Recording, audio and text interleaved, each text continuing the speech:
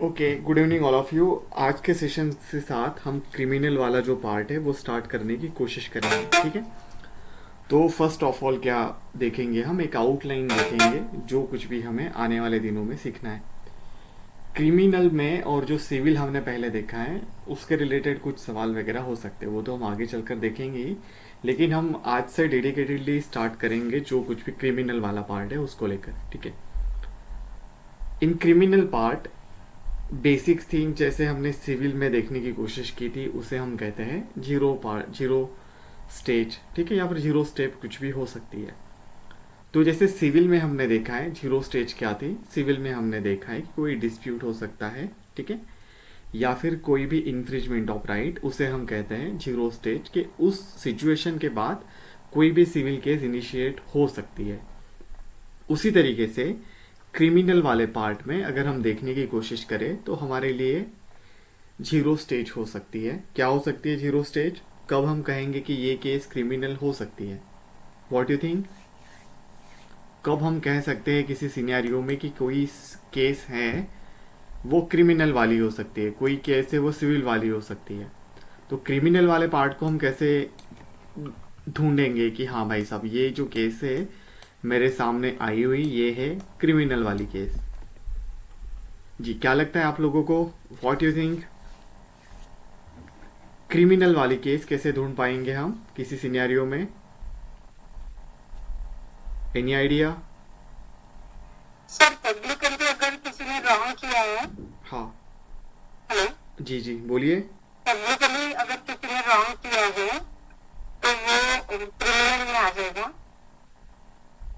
Okay, publicly wrong किया तो वो क्रिमिनल में आ जाएगा। और किसी प्रॉपर्टी का अगर मैटर है तो वो सिविल में आ जाएगा।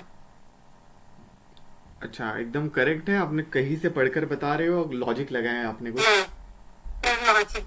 अच्छा चलो ठीक है। और हिमालय जी आपको क्या लगता है क्या हो सकता है क्रिमिनल में डिफरेंस सिविल के अलावा? क्या जीरो स्टेज हो सकती है क्रिमिनल में? कविता जी, विवेक जी?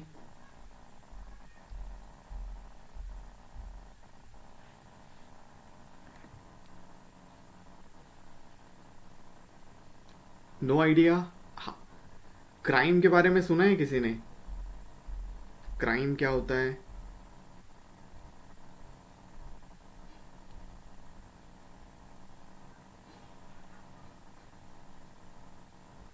क्राइम के बारे में नहीं सुना है किसी ने? क्या होता है क्राइम?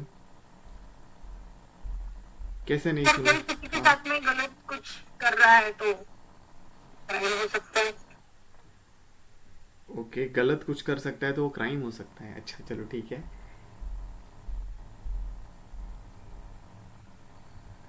ओके, तो बेसिक पार्ट क्या होता है, क्राइम मतलब क्या है? क्राइम का मतलब जो कुछ भी है जैसे कि सिविल केसेस में हमने देखा है कि कोई डिस्प्यूट हो सकता है या फिर कोई इन्फ्रिजमेंट ऑफ राइट हो सकता है, उसके उसको लेकर कोई अगर देखने की कोशिश करेंगे तो वो वाला क्राइटेरिया हो जाएगा सिविल वाला। क्रिमिनल में अगर देखने की कोशिश करें तो जीरो स्टेप हो जाएगी कोई तो क्राइम, ठीक है। किसी भी बंदे ने कोई गुनाह अगर किया होगा, ठीक है, गुनाह पता होता है ना, क्राइम हो सकता है, गुनाह हो सकता है। गुनाह मतलब क्या हो सकता है? एज अ लॉ स्टूडेंट आपने सीखने की अगर कोशिश करोगे तो गुनाह का मतलब क्या हो जाएगा? जो कुछ भी सेंट्रल गवर्नमेंट ने, स्टेट गवर्नमेंट ने जो कुछ भी रूल को कोडिफाई किया होगा और रूल के तहत कुछ क्रिमिनल एक्ट है, कुछ सिविल एक्ट है, ठीक है। तो जो भी पार्ट क्रिमिनल एक्ट में डिफाइन किए गए होंगे कि भाई सब ऐसा करने से वो क्राइम हो जाएगा, वैसा करने से वो सिविल एक्ट हो जाएगा, वैसा करने से वो टॉर्ट हो जाएगा, ये जो कुछ भी एक्ट उसके तहत जो सेंट्रल गवर्नमेंट ने, स्टेट गवर्नमेंट ने किसी एक्ट को अगर क्रिमिनलाइज किया होगा, एज अ क्राइम डिफाइन किया होगा, तो उसे हम कहेंगे गुनाह या फिर क्राइम।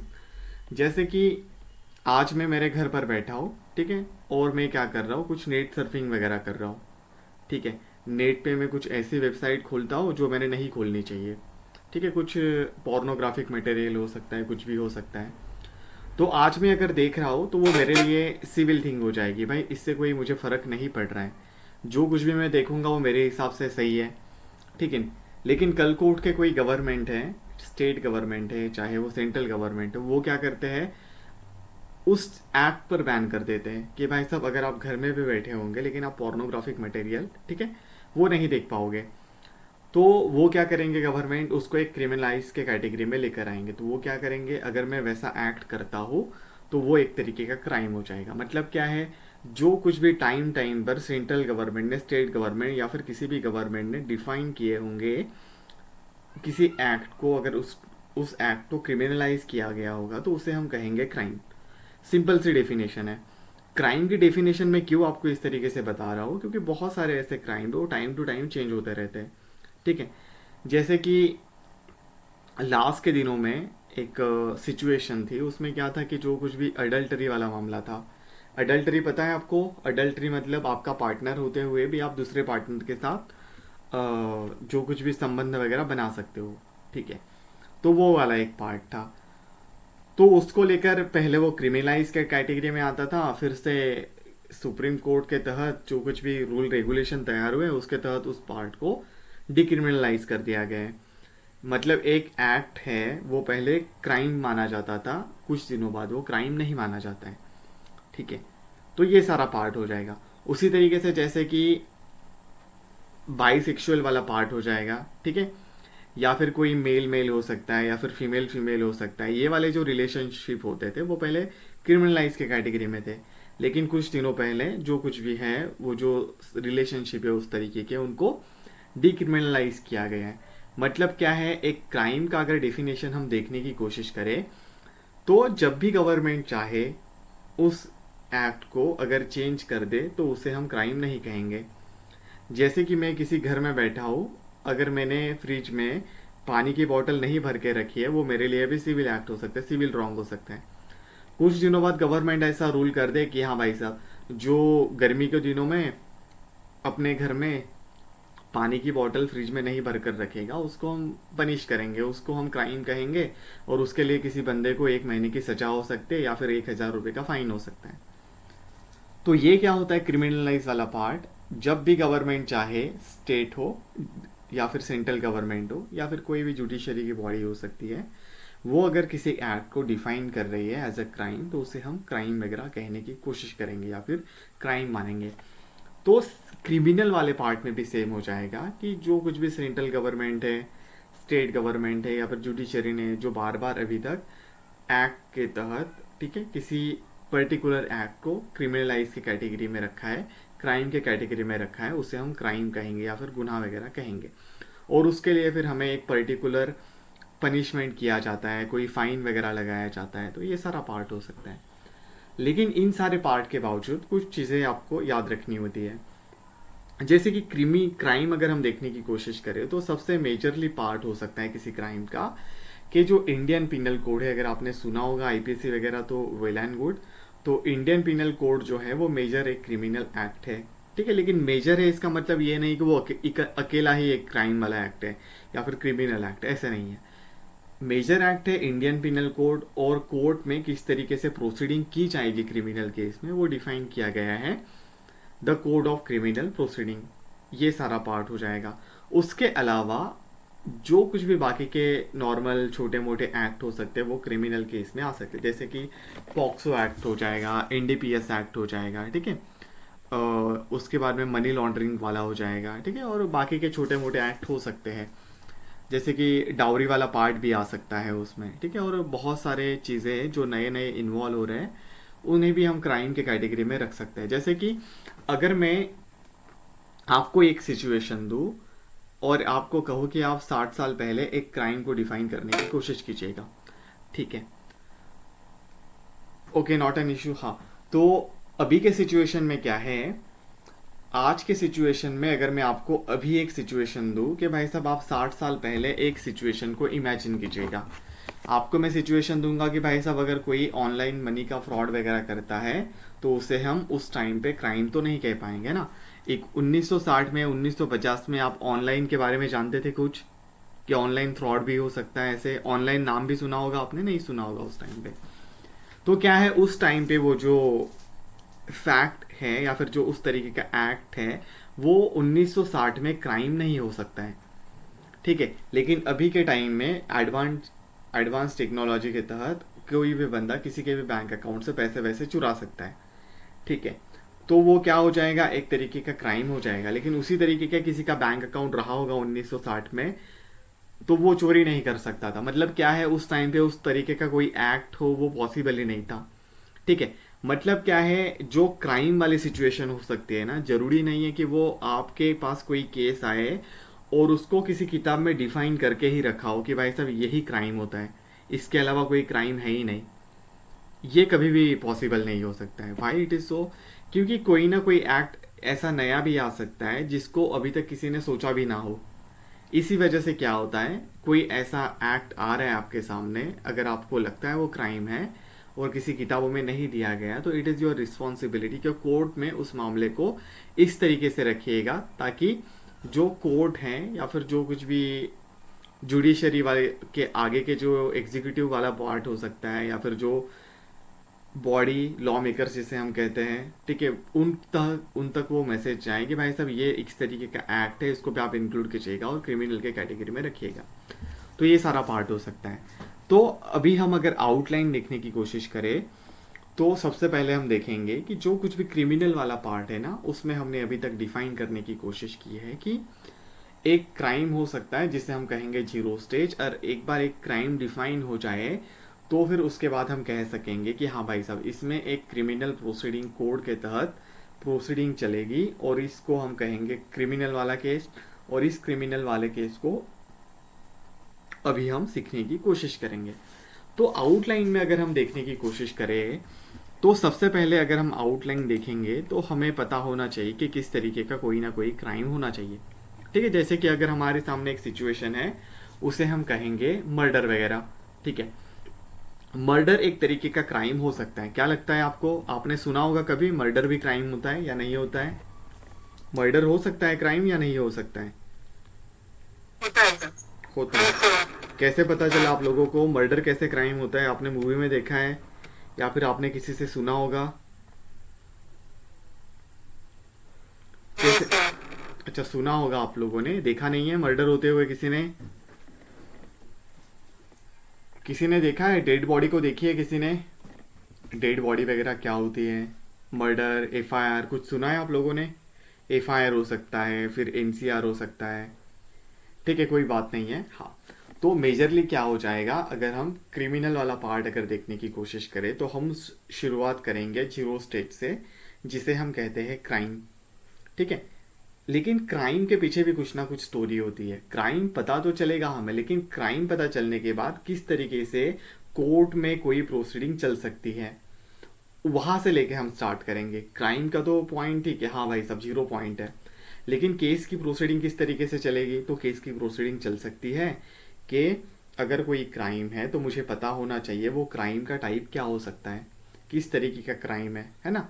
सीरियस टाइप का क्राइम है, नॉन सीरियस टाइप का क्राइम है, और उसी के तहत हम उसी के बेस पर हम डिफाइन करने की कोशिश करते हैं कि किस तरीके का सीरियसनेस उस केस में है।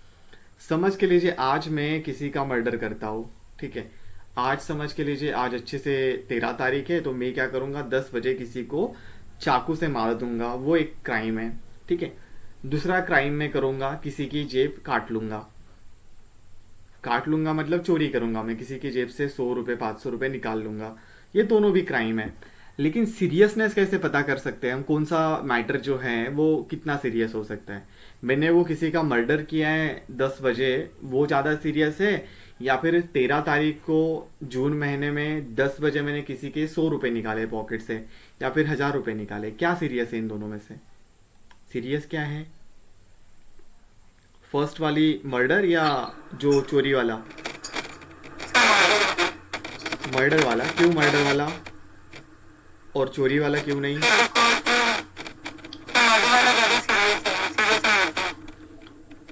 अच्छा, मतलब क्या है, उसमें किसी की जान जा रही है, वो बंदा वापस नहीं आ सकता। पैसे वैसे का क्या है, वो तो आ सकता है पैसा वैसा वापस। मतलब जो क्रिमिनल वाला पार्ट है ना, उसमें हम पहले तो डिफाइन करेंगे कि सीरियसनेस क्या होगी केस की, किस तरीके का केस है, उसमें कोई सीरियस इन नेचर वाला केस है या फिर नॉन सीरियस वाला है।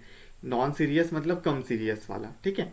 और उसी के तहत हम पनिशमेंट भी देख सकते हैं। जैसे कि किसी ने मर्डर किया होगा तो उसे हम फांसी की सजा दे सकते हैं, आजीवन कारावास दे सकते हैं ना, लाइफ इम्प्रिजनमेंट जिसे हम कहते हैं। सुना है आपने, जो मर्डर वर्डर हो जाए तो किसी को फांसी मिलती है या फिर किसी को आजीवन कारावास लाइफ इम्प्रिजनमेंट मिलती है।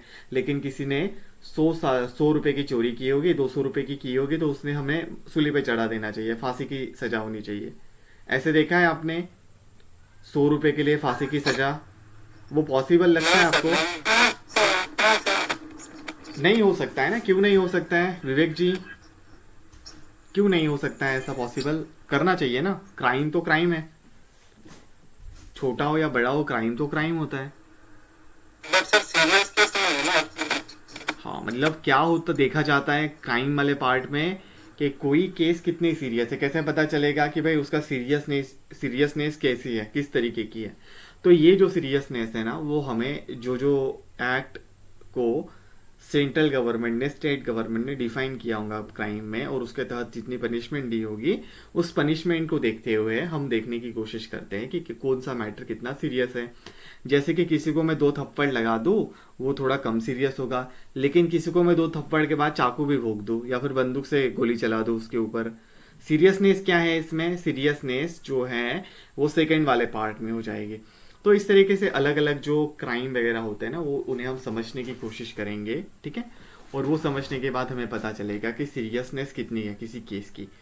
और सीरियसनेस के बाद हमें पता चलता है एक सीरियस इन नेचर वाला केस, एक नॉन सीरियस वाला केस, या फिर कम सीरियस वाला केस। और उसी के बेस पर हमारे जो कुछ भी प्रोसीडिंग होती है ना, वो डिफाइन होती है। उसी के तहत हम देखने की कोशिश करेंगे कि कौन सा मैटर कौन से कोर्ट में जा सकता है।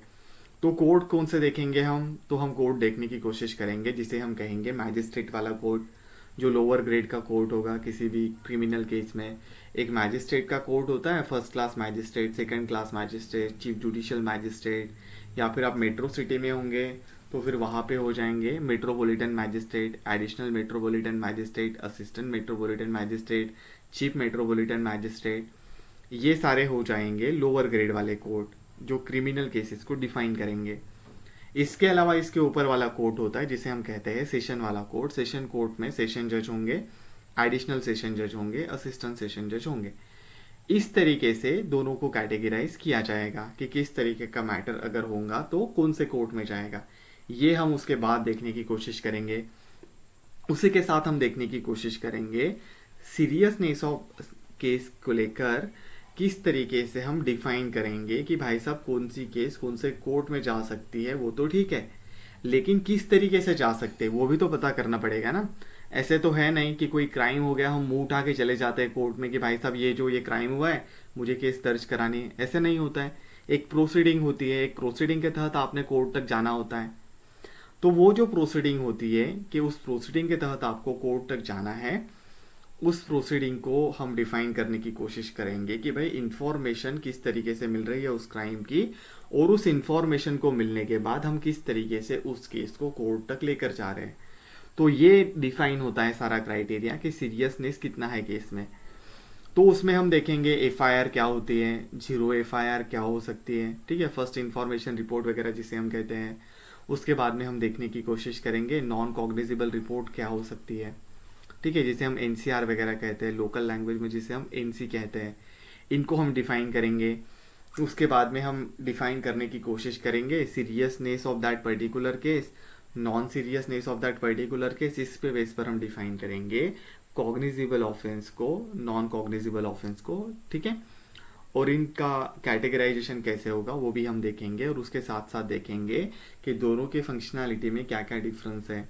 उस डिफरेंस को पता करने के बाद एक्चुअल में हमें पता चलेगा कि कौन सी केस कौन से कोर्ट में जा सकती है, ठीक है। और उसके साथ साथ हमें ये पता चलेगा कि किस केस का क्या नेचर है, ठीक है।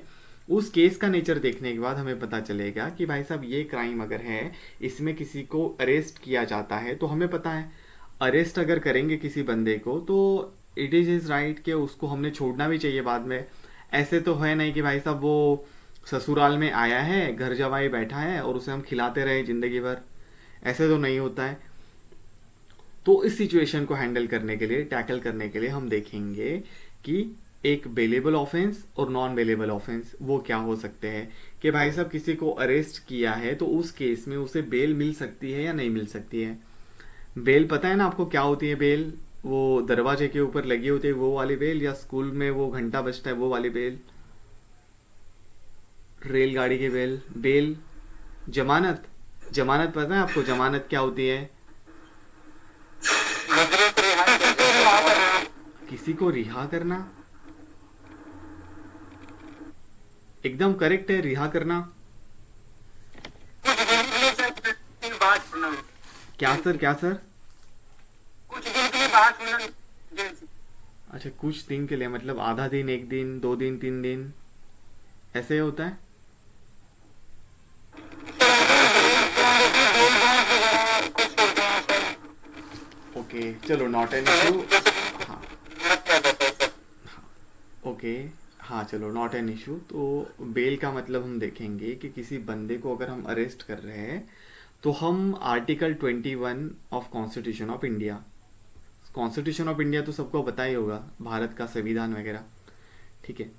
तो उसका आर्टिकल नंबर 21 कहता है everyone have a right to freely live his life, ठीक है। जैसे कि आज़ादी से जीना चाहिए सबने, उसे बहुत सारे हक मिलते हैं, आज़ादी से बोलने का हक मिलता है, उसके साथ साथ जीने का हक मिलता है, अच्छी हवा लेने का सुख प्राप्त होना चाहिए उस बंदे को, जो भी उसका दिल चाहे वो कर सकता है। ऐसे सारे राइट हमें कॉन्स्टिट्यूशन ऑफ इंडिया ने आर्टिकल 21 में दे दिए। इसी के तहत क्या होता है, ये आते तो है लेकिन ये एक रिस्ट्रिक्शन के साथ आते हैं, फुल्ली लोडेड नहीं है सारा, ठीक है। जैसे कि आपको कैसे भी जीना होगा लेकिन वो उसका एक तरीका होना चाहिए। ऐसा नहीं कि आपको जीने का तरीका आप बोल दिए कि हाँ भाई साहब आपको जैसा चाहिए वैसे आप जी सकते हो, तो आप कल को उठ के क्या करोगे भाई कि हर किसी का दरवाजा बजाते फिरोगे, कि हर किसी का दरवाजा बजाओ, उस पर लात मारो, बजा के भाग जाओ, दूसरे का दरवाजा बजाओ, लात मारो, भाग जाओ, किसी को चाटा मार दिए, किसी को तलवार भोंक दी है, किसी को गोली मार दी है, ऐसे नहीं चलता है ना। आपकी लाइफ है, कॉन्स्टिट्यूशन ऑफ इंडिया आर्टिकल 21 कहता है everyone have a right to freely live his life. लेकिन इसका मतलब ये तो है नहीं कि आपको जो मर्जी चाहे वो करते फिरो, ऐसा नहीं है, एक रेस्ट्रिक्शन के साथ आता है। तो उसी रेस्ट्रिक्शन के साथ क्या होता है, जब भी आप कोई क्राइम करते हो, ठीक है, उस क्राइम करते हो या फिर नहीं नहीं भी करते हो और आपको किसी आपके ऊपर किसी को डाउट होगा, एज अ सस्पेक्ट हो सकता है, एज अ संदिग्ध व्यक्ति आप हो सकते हो। उस सिचुएशन में क्या होता है, अगर उस केस में, उस क्राइम में अगर पुलिस को लगता है, कोर्ट को लगता है कि भाई साहब आपकी इंक्वायरी होनी चाहिए ताकि आपसे किसी सबूतों को उगाला जाए, आपका इंट्रोगेशन होना चाहिए ताकि आप, आपके पेट में जो बात बची है कि किस तरीके से क्राइम किया होगा, किसने किया होगा, क्राइम के रिलेटेड जो कुछ भी इंफॉर्मेशन है उनको आपसे निकाल पाए।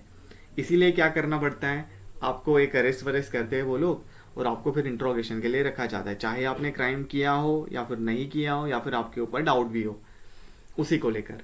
तो अगर किसी को अरेस्ट किया जाता है, किसी को जेल में भेज दिया जाता है, तो वो भी हम देखेंगे बाद में कि जुडिशियल कस्टडी क्या होती है, पुलिस कस्टडी क्या होती है। पुलिस कस्टडी का मतलब ये है कि भाई पुलिस के इसमें रहेगा। जुडिशियली कस्टडी का मतलब क्या है कि भाई जुडिशरी मतलब जो जेल वेल नॉट बट जो कोर्ट है उसके अंतर्गत जो कुछ भी जेल वेल बना हुआ हो सकता है, ठीक है, वहां पर वो रहेगा। तो ये सारा पार्ट होता है। तो अगर किसी बंदे को अरेस्ट किया जाता है तो उसका एक कॉन्स्टिट्यूशनल राइट है कि उसे बेल वगैरह मिलनी चाहिए, उसको छोड़ा जाना चाहिए जमानत पर। तो जमानत के टाइम पे हम देखेंगे बेल बॉन्ड होता है, श्योरिटी होती है, बहुत सारे पार्ट होते हैं कि उस तरीके से हम बेल को ले सकते हैं। लेकिन इसके अलावा अगर किसी को हम बेल पे तो छोड़ रहे हैं, तो कुछ केसेस ऐसे हैं जिसमें किसी को बेल मिलना उसका राइट है, जमानत मिलना किसी का राइट है।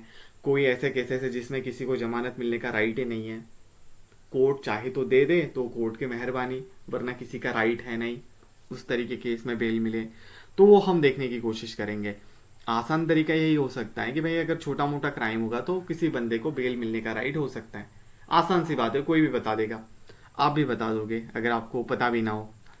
या फिर ये हो सकता है कोई सीरियस इन नेचर वाला मैटर हो तो उसमें उसे बेल नहीं मिलती आसानी से, है ना, मतलब उसमें उसको राइट है नहीं बेल मिलने का, कोर्ट चाहे तो वो दे देगी। ये सारा पार्ट होता है, तो वो हम देखने की कोशिश करेंगे। इसके अलावा एक पार्ट होता है जिसे हम कहते हैं एंटीसिपेटरी बेल, कि भाई साहब पहले दो क्राइटेरिया में हमने देखा है, किसी बंदे को अरेस्ट होने के बाद बेल मिलती है, ठीक है, ये होती है रेगुलर वाली बेल। रेगुलर वाले बेल में क्या होता है, बेलेबल ऑफेंस से नॉन बेलेबल ऑफेंस से, वो हम देखेंगे अच्छे से। लेकिन एंटिसिपेटरी बेल क्या होता है फिर? एंटिसिपेटरी बेल का मतलब होता है अगर किसी को डाउट लग रहा है कि पुलिस उसे अरेस्ट कर सकती है किसी केस में, किसी केस को लेकर, अगर उसके दिल में डाउट है कि भाई साहब मुझे अरेस्ट किया जा सकता है, लेकिन उसका कहना है कि भाई मुझे नहीं अरेस्ट होना है, तो मैं कोर्ट में जाऊंगा दौड़ा दौड़ा और कोर्ट को बताऊंगा कि भाई साहब मुझे इस केस में अरेस्ट किया जा सकता है, प्लीज़ मेरी हेल्प कीजिएगा, मैं आपकी हाथ जोड़ के विनंती करता हूँ कि प्लीज़ मुझे अरेस्ट होने से बचाइएगा, क्योंकि मैं आपको इतनी गारंटी देता हूँ कि जब भी पुलिस चाहे तब मैं उनके सामने चला जाऊंगा स्टेटमेंट देने के लिए, कोर्ट में प्रोसीडिंग सारी अटेंड करूंगा, गांव छोड़ के नहीं जाऊंगा, पासपोर्ट में जमा कर देता हूँ, मैं इतने पैसे आपको देता हूँ, प्लीज़ मुझे हेल्प कीजिएगा, प्लीज़ मुझे अरेस्ट मत कीजिएगा, मेरी इज्जत की धज्जियाँ वज्जियाँ सब उड़ सकती है। ये सारा पार्ट हो सकता है। क्यों करता है ये बंदा वो? क्योंकि उसे लगता है अगर वो अरेस्ट हो जाए तो उसका जो आर्टिकल 21 के तहत उसे जो राइट मिले हैं फ्रीली जीने का, वो उसके छीने जा सकते हैं। उससे उससे पहले ही वो कोर्ट में जाते और बोलेगा कि भाई साहब जब भी काम हो ना पुलिस को, मैं आ जाऊंगा, प्लस प्लीज़ मुझे अरेस्ट मत कीजिएगा, ठीक है। ये सारा पार्ट होता है, उसे हम कहते हैं एंटिसिपेटरी बेल। वो कैसे होता है, किस तरीके से होता है, वो हम बाद में देखेंगे आने वाले दिनों में, बस ये आउटलाइन के लिए इतना याद रखिएगा। उसके साथ साथ एक पार्ट होता है, जैसे कि किसी ने एफआईआर के लिए वो गया होगा, लेकिन एफआईआर रजिस्टर्ड नहीं होती है, बाज दफ़ा नहीं होती है ना। पुलिस पे के पास बहुत सारा काम होता है, हमने देखा है वो कितना सारा काम होता है उनको, सुबह से लेके शाम तक रास्ते पर भटकते रहो, रिश्वत खाते रहो, किसी को कोर्ट में लेके जाओ, किसी से पैसे ले लो उधार, किसी को धमकी दे के फिरो, किसी के यहाँ पे इंट्रोगेशन करो, किसी के यहाँ पे ढाबा डबोल दो, किसी को अरेस्ट करने के लिए पीछे भागते रहो, कभी चोर के पीछे भागो, कभी मर्डर के पीछे भागो, कभी कोर्ट में भागो, ये भागम भाग चलती रहती है। इसी वजह से क्या होता है, बाज दफ़ा कोई एफआईआर रजिस्टर्ड करने हम जाते हैं तो वो रजिस्टर्ड होती ही नहीं है, आमतौर पर देखा गया है। मूवीज़ में भी आपने देखा होगा कि वो जो माँ होती है या फिर वो बेटी होती है, उसका अगर कोई इश्यू हो जाता है तो वो माँ भटकती रहती है कि हाँ भाई साहब मेरे बेटी का किसी ने गलत ये किया है, तो प्लीज़ एफआईआर रजिस्टर्ड कीजिएगा, तो पुलिस वाले भगा देते हैं कि नहीं भाई साहब नहीं कर सकता हूँ मैं, मेरे पास टाइम नहीं है। या फिर आपको पता होता है कि वो क्यों नहीं करते, क्योंकि वो इन्फ्लुएंशियल पर्सन होता है, वो कोई पॉलिटिशियन होता है, या फिर वो कोई और बंदा हो सकता है जिसका बहुत तगड़ा सा पावर रही होंगी, इस वजह से नहीं करते हैं, ये आमतौर पर देखा जाता है। तो फिर हमारे पास क्या ऑप्शन हो सकते हैं वो हम देखने की कोशिश करेंगे। तो पुलिस वाले नहीं ले रहे हैं तो हमारे पास ऑप्शन है, हम जाएंगे उसके वरिष्ठों के पास, जिसे हम कहते हैं एसपी वगैरह, ठीक है। एसपी पता है आपको क्या होता है? एसपी संजय पुरी, एसपी का मतलब क्या होता है? सुपरिटेंडेंट ऑफ पुलिस, सुना है आपने कभी?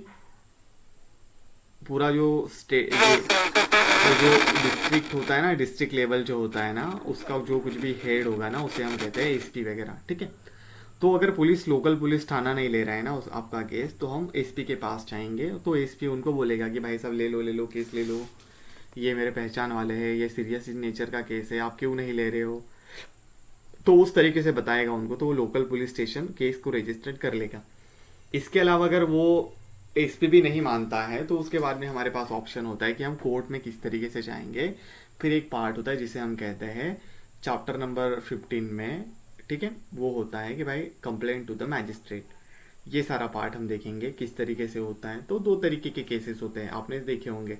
प्राइवेट केस सुना है आपने कभी? प्राइवेट केस होता है क्रिमिनल, इसमें प्राइवेट केस के बारे में सुना होगा किसी ने। तो प्राइवेट केस जो होता है ना, उसका मतलब ये होता है, ये पुलिस वाले केस को नहीं लेते हैं ना, तो जो हम कोर्ट में जाएंगे और कोर्ट को इंस्ट्रक्शन देंगे कि भाई साहब ऐसे ऐसे हुआ है, तो कोर्ट अपनी प्राथमिक जांच करेगी और उसके बाद उस केस को रजिस्टर्ड किया जाता है। उस केस को कहते हैं हम प्राइवेट कंप्लेंट वगैरह, ठीक है। उसके अलावा होती है सेकेंड वाली केस, जिसमें पुलिस एफआईआर वगैरह रजिस्टर्ड करती है और वो केस को लड़ती है एज अ स्टेट गवर्नमेंट, उसे हम कहते हैं प्रोसिक्यूशन केस। उन दोनों का डिफरेंस हम देखेंगे। उसके बाद में ये होता है किस तरीके से केस आगे बढ़ेगी। तो आगे बढ़ने के सिचुएशन में इंट्रोगेशन, इन्वेस्टिगेशन, बहुत सारे पार्ट होते हैं। तो धीरे धीरे हम इन्वेस्टिगेशन के बारे में देखना स्टार्ट करेंगे, केस टू केस। उसमें फिर पोस्टमार्टम आ सकता है, उसमें फिर इंक्वायरी आ सकती है, उसमें फिर पंचनामा आ सकता है, उसमें फिर हम देखेंगे कि किसी की एफआईआर रजिस्टर्ड हुई होगी, किसी के ऊपर गलती से एफआईआर झूठी एफआईआर रजिस्टर्ड हो जाएगी, तो क्रैशिंग ऑफ एफआईआर किस तरीके से किया जाता है, किसी एफआईआर को कैसे हम डिसमिस कर सकते हैं या फिर कैसे कैंसिल कर सकते हैं, वो वाला पार्ट देखेंगे। उसके बाद में हम देखेंगे चैप्टर केसेस वगैरह।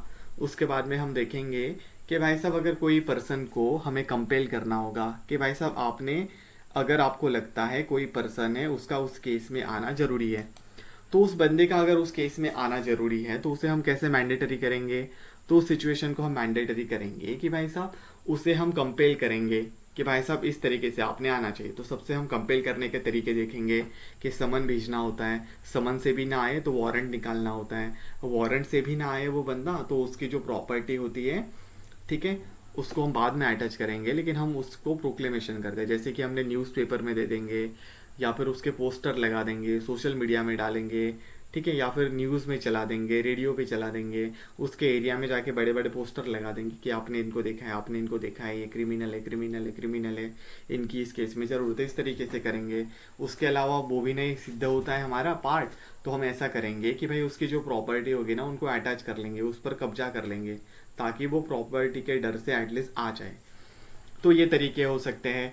या फिर इसके अलावा कोई चीज़ को अगर हमें कोर्ट तक लेकर आना होगा तो वो क्या हो सकता है, फिर उसमें भी हम देखेंगे कि समन भेजा जाता है पहले, तो फिर उसके बाद में ये होता है कि सर्च वारंट वगैरह होता है कि भाई साहब आप पुलिस को ही भेज दो उस एरिया में और वहाँ से वो ढूंढ ढांड के लेकर आएगी उस चीज़ को, ठीक है, ये सारा हम देखेंगे। उसके अलावा फिर हम आगे बढ़कर देखेंगे इन्वेस्टिगेशन वाला पार्ट अच्छे से। इन्वेस्टिगेशन के पार्ट में हम देखने की कोशिश करेंगे पंचनामा क्या हो जाएगा। इन्वेस्टिगेशन के पार्ट में फिर हम देखेंगे किस तरीके से अलग अलग केसेस में अलग अलग तरीके के इन्वेस्टिगेशन होती है। उसमें फिर कमीशन आ जाएगा, कमीशन क्या होता है वो देखेंगे। उसके अलावा फिर हम आगे बढ़कर देखेंगे कि इन्वेस्टिगेशन वाले पार्ट में किस तरीके से इन्वेस्टिगेशन के बाद चार्जशीट को रेडी किया जाता है, चार्जशीट के बेसिक पॉइंट क्या हो सकते हैं। लेकिन चार्जशीट के बेसिक पॉइंट को समझने के लिए हमें समझना जरूरी होता है एफआईआर के basic point, first information report के बेसिक पॉइंट। तो दोनों के पॉइंट को हम देखने की कोशिश करेंगे, दोनों में डिफरेंस क्या होता है वो देखेंगे। फिर चार्जशीट वाले पार्ट के बाद हम देखने की कोशिश करेंगे कि किस तरीके से चार्जशीट के ऊपर आर्गूमेंट वगैरह होता है, चार्जशीट के ऊपर आर्गूमेंट किस तरीके से होगा, कौन बंदा आर्गूमेंट करेगा, कौन नहीं करेगा, उसका रिजल्ट क्या हो सकता है, क्या उस चार्जशीट पर आर्गूमेंट होने के बाद किसी एक्यूज को, किसी आरोपी को छोड़ दिया जा सकता है, वो हम देखेंगे, डिस्चार्ज ऑफ एक्यूज। या फिर उसके अलावा हम देखेंगे चार्जशीट के पॉइंट पे कि किस तरीके से फ्रेमिंग ऑफ चार्ज होता है। फ्रेमिंग ऑफ चार्ज का मतलब क्या होता है, किसी बंदे के ऊपर आरोपों को तय करना, उन आरोपों को कैसे तय किया जाता है, तय किया जाएगा। हेड ऑफ चार्ज क्या हो सकता है, डिस्चार्ज मतलब क्या हो सकता है, जो कुछ भी पार्ट है उसके साथ साथ हम देखेंगे कि अगर किसी केस में कोई केस चार्जशीट के पार्ट के आगे जाकर, फ्रेमिंग ऑफ चार्ज के भी आगे जाकर अगर किसी के ऊपर आरोपों को तय किया जाता है, फ्रेमिंग ऑफ चार्ज या फिर फाइनलाइजेशन ऑफ चार्ज फाइनल होता है, उसको किस तरीके से सुनाया जाता है ओपन कोर्ट में, वो तरीका क्या हो सकता है, क्या उस तरीके में हम अपील कर सकते हैं वो हम देखेंगे। अपील करने के कौन से तरीके हो सकते हैं अगर अपील कर सकते हैं तो, अगर नहीं कर सकते तो हमारे पास सोल्यूशन क्या है वो हम देखेंगे। और उसके बाद फिर हम स्टार्ट करेंगे धीरे धीरे जिसे हम कहते हैं ट्रायल वाला पार्ट। तो ट्रायल वाले पार्ट में हम देखेंगे कि भाई साहब विटनेस का एग्जामिनेशन कैसे हो सकता है। ट्रायल वाले पार्ट में हम देखेंगे कितने तरीके के ट्रायल होती है, समन ट्रायल क्या होता है, वारंट ट्रायल क्या हो सकता है, समरी प्रोसीडिंग क्या हो सकती है, या फिर समरी केसेस जिसे हम कहते हैं वो क्या हो सकता है, वो हम देखने की कोशिश करेंगे, है ना। तो ये सारे पार्ट एकदम अच्छे तरीके से हम देखेंगे। उसके साथ साथ हम देखेंगे मैजिस्ट्रेट के कोर्ट का ट्रायल क्या हो सकता है, समन सेशन कोर्ट के ट्रायल क्या हो सकता है, इन सब का डिफरेंस क्या हो सकता है, ये सारा पार्ट हम देखेंगे। उसके अलावा आगे बढ़कर हम देखेंगे जो एग्जामिनेशन ऑफ विटनेस वाले पार्ट को अंदर से देखने की कोशिश करेंगे। एग्जामिनेशन इन चीफ क्या होती है, क्रॉस एग्जामिनेशन क्या हो सकता है, री एग्जामिनेशन क्या हो सकता है, उसको अगर हम आगे बढ़ाने की कोशिश करेंगे तो उसमें फिर जो अपोनेंट वाली पार्टी है उसके पास कौन से सबूत हो सकते हैं, वो किस तरीके से हम किसी केस में सबूतों को कोर्ट के सामने पेश करते हैं, किस तरीके से सबूतों के ऊपर हम आर्गूमेंट वगैरह करते हैं, उनके मेन मेजर पॉइंट क्या हो सकती है। उसके आगे वाले पार्ट में हम देखेंगे कि कंक्लूजन ऑफ एविडेंस क्या होता है, कंक्लूजन ऑफ एविडेंस में किस तरीके से चीज़ों को रखा जाता है, कोर्ट किस तरीके से डिफाइन करता है उन चीज़ों को। फिर उसके अगले वाले पार्ट में हम देखने की कोशिश करेंगे आर्ग्यूमेंट इन दी कोर्ट, जिसे हम कहते हैं final argument in that particular case. उसमें प्रोसिक्यूशन की साइड, उसमें प्राइवेट पार्टी की साइड या फिर एक्यूज की साइड, आरोपी की साइड, ये किस तरीके से उस केस में आर्ग्यू करेंगे मैटर को। सिविल के पार्ट में ठीक था, कोई मेन चीज़ें थी, लेकिन क्रिमिनल वाला पार्ट इसलिए ज़रूरी होता है क्योंकि क्रिमिनल में ना आपको ज़्यादातर केसेस डिफेंस के लिए मिलेंगे। अगर आप सरकारी वकील नहीं हो तो ज़्यादातर केसेस क्रिमिनल में आपको डिफेंस करने के लिए मिलेंगे, जिसमें आपका जो पक्षकार होगा, आपकी जो पार्टी होंगी, उसके ऊपर किसी ने आरोप लगाए होंगे, ठीक है। तो वो हम किस तरीके से सॉल्व कर सकते हैं वो जरूरी होता है। इसीलिए क्रिमिनल वाले पार्ट में क्या होता है, आप प्राइवेट पार्टी हो सकते हो किसी सिचुएशन में, वो केस आप प्राइवेट लड़ सकते हो, लेकिन ज़्यादातर केसेस जो होते हैं ना वो एफआईआर के तहत आते हैं, और एफआईआर के तहत आपकी जो पार्टी होगी उसके ऊपर स्टेट गवर्नमेंट केस चला रही होती है, इसीलिए आपको डिफेंस करना होता है। इसीलिए आपका जो आरोपी होगा, जिस पे आरोप लगे हैं कुछ ना कुछ, जिस पे चार्जेस लगे हैं कुछ ना कुछ, उसको आपको बचाने की कोशिश करनी है। तो हम किस तरीके से बचाएंगे, ये वाला क्राइटेरिया मेजरली हम देखने की कोशिश करेंगे। आर्गुमेंट वाला पार्ट होने के बाद हम देखेंगे जजमेंट वगैरह किस तरीके से होगा। जजमेंट के बाद में हम देखने की कोशिश करेंगे कि किस तरीके से पनिशमेंट होती है, पनिशमेंट को कैसे कम किया जाता है, फांसी की पनिशमेंट को कैसे कम किया जाता है, ठीक है। ये सारा पार्ट भी इम्पोर्टेंट होता है। उसके बाद में जजमेंट अगर हो जाए तो अपील वाले स्टेजेस को किस तरीके से डिफाइन किया जाता है, ठीक है, ये सारा पार्ट हो जाएगा। तो ये एक तरीके की आउटलाइन हम देखने की कोशिश करेंगे। इसके अलावा हम देखने की कोशिश करेंगे चैप्टर केसेस वाले पार्ट में, जैसे हम कहते हैं पब्लिक जो पीस होता है उसको किस तरीके से हम मेंटेन करने की कोशिश कर सकते हैं। एज अ यंग एडवोकेट अगर आप चैप्टर केसेस भी देखो ना तो थोड़ा बहुत एक्सपीरियंस मिल जाएगा। इसमें कुछ ज़्यादा होता नहीं है, छोटी मोटी चीज़ें ही करनी होती है, लेकिन आप उस केसेस को अगर लेते हो, हैंडल करते हो चैप्टर केसेस को, तो एक तरीके का कॉन्फिडेंस आपको अर्ली डेज में मिल सकता है, क्योंकि उसमें ज़्यादा कुछ काम होता नहीं है और लोगों को पता होता नहीं है, क्लाइंट लोगों को। तो आप एज अ यंग एडवोकेट भी चैप्टर केसेस को अच्छे से डिफाइन करके, देख के, उस केसेस को हैंडल करके, उन जो क्राइटेरिया हम देखने की कोशिश करेंगे इन सारे सिनेरियो में, इन सारे क्रिमिनल वाले पार्ट में, उनको थोड़ा सा इम्प्लीमेंट करके एक अच्छी खासी अमाउंट कर सकते हो। क्योंकि चैप्टर केसेस का जो मैटर होता है ना, 1-2 दिन का ही होता है, ज़्यादा देर केस चलती नहीं है। एक एप्लीकेशन देना होता है सादा सा, वो तो वो बंदा भी दे सकता है, लेकिन उन्हें पता नहीं होता है, तो इसलिए वो एडवोकेट वगैरह कर लेते हैं, ठीक है। तो ये सारा पार्ट भी हम देखेंगे कि भाई पब्लिक ट्रांक्विलिटी और पब्लिक पीस किस तरीके से मेंटेन किया जाता है चैप्टर केसेस के अंदर, ठीक है। ये सारे जो पार्ट है ना वो हम क्रिमिनल वाले पार्ट में देखने की कोशिश करेंगे। इसके साथ साथ हम इन सारे पार्ट में देखने की कोशिश करेंगे कि ये जो आउटलाइन होती है वो किस तरीके से आगे बढ़ती है, जो पंचनामा होता है वो क्या हो सकता है, ठीक है, उसमें क्या क्या चीज़ें होती है। उसके बाद में हम देखेंगे किस तरीके से अरेस्ट के राइट हो सकते हैं, अरेस्ट के राइट हो सकते हैं, बहुत सारी चीज़ें हैं इसमें जो हमें पता होनी चाहिए। उसके बाद में बेल एप्लीकेशन वाला पार्ट आ जाएगा, ठीक है। बेल एप्लीकेशन के टाइप हम देखेंगे, बेल एप्लीकेशन क्या होता है, ठीक है, किस तरीके से हमने बेल एप्लीकेशन को डिफाइन करना होता है, किस तरीके से बेल एप्लीकेशन को हम लिख सकते हैं, ये सारा पार्ट हम देखने की कोशिश करेंगे। उसके मेजर क्राइटेरिया, एंटिसिपेटरी बेल वगैरह क्या हो जाएंगे, ये सारे पार्ट हम देखेंगे। इसके अलावा हम देखेंगे कि भाई साहब जो कुछ भी एफआईआर को किस तरीके से पढ़ा जाता है, ताकि आपको एग्जैक्टली पता हो कि भाई साहब ये एफआईआर है, ठीक है। तो उसके लिए हम समझने की कोशिश करेंगे जो ब्लैंक एफआईआर है उसे, ठीक है। ब्लैंक एफआईआर को समझने के बाद हम देखेंगे एनसीआर वाला पार्ट जो ब्लैंक रहेगा, उसको भी हम समझने की कोशिश करेंगे एज अ जूनियर एडवोकेट, किस तरीके से एफआईआर को पढ़ा जाना चाहिए, ठीक है, एफआईआर को पढ़ा जाना चाहिए। उसके अलावा फिर हम देखेंगे चार्जशीट को किस तरीके से पढ़ा जाना चाहिए।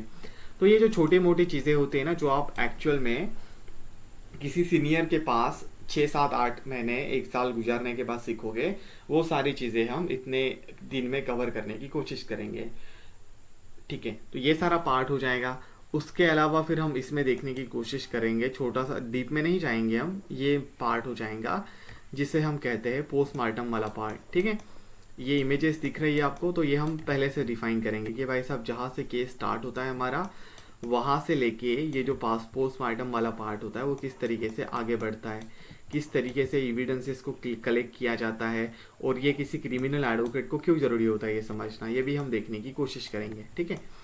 तो ये एक पार्ट हो जाएगा। तो इसमें जो छोटी मोटी चीज़ें आपको पता होनी चाहिए वो हम देखने की कोशिश करेंगे, डिफाइन करने की कोशिश करेंगे। इसके अलावा कुछ डीएनए वाला पार्ट हो सकता है, या फिर जो कुछ भी बलात्कार के केसेस हो सकते हैं, रेप केसेस हो सकते हैं, उसमें किस तरीके से प्रोसीडिंग वगैरह आगे बढ़ती है, वो सारा पार्ट हम देखने की कोशिश करेंगे। तो ये एक चीज़ें हो सकती है, एक आउटलाइन हो सकती है जो मैं आपको बताने की कोशिश कर रहा हूँ अभी तक के सिनेरियो में। लेकिन मेजर क्राइटेरिया तो यही होगा कि ट्रायल आपने समझनी चाहिए, क्योंकि कल के किस्से में ये हुआ है कि वन ऑफ द एडवोकेट उन्हें हुआ है शायद से 5 साल का एक्सपीरियंस। ठीक है, ही जस्ट रैंडमली कॉल्ड मी यानी ही जस्ट आस्क्ड मी कि भाई साहब ये मैं केस कोर्ट में लेकर जा रहा हूँ, इस केस को, ये केस जो है इसमें पुलिस ने चार्जशीट वगैरह फाइल की गई है, लेकिन उनके कोई सीनियर नहीं है, उन्हें कुछ पता नहीं है आगे क्या करना है। तो वो कॉल करके पूछ रहे हैं कि ये सर ये चार्जशीट के बाद हमने क्या करना चाहिए। मतलब जो एक्चुअल प्रैक्टिस में जा रहे हो आप, उसमें अगर आपको अच्छा सीनियर नहीं मिल रहा है, अच्छे केसेस नहीं मिल रहे हैं, तो आपको स्टेजेस के बारे में नहीं पता होता है। क्यों नहीं पता होता है? क्योंकि एक केस अगर आज स्टार्ट हो रही है तो वो केस कोर्ट में आते आते 1-2 महीने लग जाएंगे। पहले दिन तो चला जाएगा केस, लेकिन इन्वेस्टिगेशन, चार्जशीट फाइल करना, कितने दिन में चार्जशीट फाइल होता है वो हम देखेंगे। लोअर कोर्ट होगा तो 60 दिन, अपर कोर्ट होगा तो 90 डेज, और तो टाइम इलीगल वे में बढ़ भी सकता है, उसमें कोई टाइम लिमिटेशन नहीं है। ये सारा पार्ट हो सकता है। इसके अलावा फिर आगे जाने के बाद उनका सवाल था चार्जशीट के बाद क्या हो सकता है, तो उन्हें मैं बता नहीं रहा हूँ कि उन्हें पता नहीं है, मैं बस ये बता रहा हूँ कि ये सिचुएशन होती है। इसीलिए क्या होता है, आपको जो स्टेजेस होते हैं ना, वो कौन से स्टेज किस स्टेज के बाद आ रही है वो पता होना चाहिए। जैसे कि आपको पता होना चाहिए ट्रायल कब स्टार्ट हो रहा है। ठीक है, ट्रायल स्टार्ट हो रहा है मतलब उससे पहले चार्जशीट फाइल की गई है, चार्जशीट फाइल की गई है, उस पर आर्गूमेंट हुआ है, फ्रेमिंग ऑफ चार्ज हुआ है, ये सारे के बाद ट्रायल स्टार्ट हो रही है, ये आपको पता होना चाहिए। या फिर आपको ये पता होना चाहिए ऐसे केसेस होते हैं जिसमें चार्जशीट वगैरह फाइल वाइल इतनी होती नहीं है। ठीक है, तो वो कैसे केसेस हो सकते हैं वो आपको पता होना चाहिए। तो ये जो सारे स्टेजेस वाला पार्ट होता है ना, कि इस स्टेज के बाद ये होनी चाहिए वो होनी चाहिए, एक धीरे धीरे आपको पता होना चाहिए। अदरवाइज जो प्रैक्टिस करना थोड़ा सा मुश्किल हो जाएगा। और फिर लॉ डिग्री में क्या होता है, मेनली आपके लिए इम्पोर्टेंट होता है आपका कॉन्फिडेंस कैसा है। क्रिमिनल इसमें कॉन्फिडेंस क्यों इम्पोर्टेंट होता है, क्योंकि आपको ज़्यादातर क्रिमिनल को हैंडल करना होता है, और आपको क्रिमिनल वालों का पता है कि भाई साहब वो पहले ही क्राइम कर चुके होते हैं, उन्हें पता होता है कौन सा बंदा किस तरीके से केस को लड़ रहा है। अगर आपका कॉन्फिडेंस थोड़ा भी डालम डोल होता दिख गया है ना, तो उनका एडवोकेट चेंज हो जाएगा, बिकॉज दे नो इस क्रिमिनल वाले मैटर में पनिशमेंट हो सकती है। पनिशमेंट का मतलब क्या होता है, ऐसे वो स्कूल में बैठ के वो हाथों को आगे करवा के उस पर वो पट्टी वट्टी से या फिर रूलर से कोई मारने वाला नहीं है, केन से कोई मारने वाला नहीं है। उसमें पनिशमेंट का मतलब ये होता है कि आपको जेल हो जाएगी, 1 साल की, 2 साल की, 3 साल की, 4 साल की, है ना। तो वो क्रिमिनल वाले पार्ट में कोई भी क्रिमिनल बंदा जिसकी आप केस डिफेंस कर रहे हो वो कॉम्प्रोमाइज़ नहीं करता है। सिविल में कर लेगा, क्योंकि उसमें सिविल रॉन्ग में क्या है, ज़्यादा से ज़्यादा पैसे का नुकसान होगा, पैसे का नुकसान भरकर निकल सकते हैं हम ज़्यादातर केसेस में। लेकिन क्रिमिनल वाले पार्ट में नुकसान हो रहा है, आपका पनिशमेंट मिल रही है, कभी कभी तो फांसी की सजा तक मिल जाती है। तो इसीलिए क्रिमिनल वाले पार्ट में आपका कॉन्फिडेंस मस्ट होना चाहिए। इसलिए एक आउटलाइन के साथ साथ आपको पता होना चाहिए कौन से स्टेज के बाद क्या होता है, कौन से स्टेज के बाद क्या होता है। आपको ये पता होना चाहिए कि अरेस्ट के बाद बेल होती है, बेल मिलने के बाद फिर से आर्गूमेंट, वो बेल की प्रोसीडिंग क्या हो सकती है वो आपको पता होना चाहिए। ठीक है, उसके अलावा फिर आपको ये पता होना चाहिए बेल अगर मिल जाती है तो उसका फुलफिल करने का क्राइटेरिया क्या है, रिलीज मेमो क्या हो सकता है, रिलीज मेमो कौन लेकर जा सकता है। तो बहुत सारी चीज़ें होती है जो एज अ एडवोकेट आपको पता होनी चाहिए। ठीक है, तो इन्हीं सारे क्राइटेरियाज को हम आने वाले 15 से 20 दिनों में देखने की कोशिश करेंगे। ठीक है, तो ये है एक आउटलाइन, हम कल से एक्चुअल सेशन स्टार्ट करेंगे। ठीक है, तो this are the thing regarding the same. अगर आपके कोई सवाल है आज के सेशन को लेकर तो you can ask me now. और आज का तो बस आउटलाइन ही था, तो इसमें ज़्यादा सवाल है नहीं। ठीक है, क्योंकि कल से हम अगर देखने की कोशिश करेंगे धीरे धीरे धीरे तो आपको एक एक चीज़ें क्लियर होती जाएंगी उसके related. And we are targeting के 31 से या फिर इसी मंथ में जो क्रिमिनल वाला पार्ट है वो ख़त्म करें। ठीक है, तो this are thing regarding this same. ठीक है, किसी के सवाल है अभी? एनीवन हैव एनी क्वेश्चन तो you can ask me now, otherwise हम कल से सेशन स्टार्ट कर रहे हैं, ठीक है। So anyone have to join the criminal वाला पार्ट ना, तो you can join by making the payment, ठीक है। तो thank you all of you for joining this session. Good night. अगर आपके कोई सवाल नहीं है तो गुड नाइट, गुड नाइट।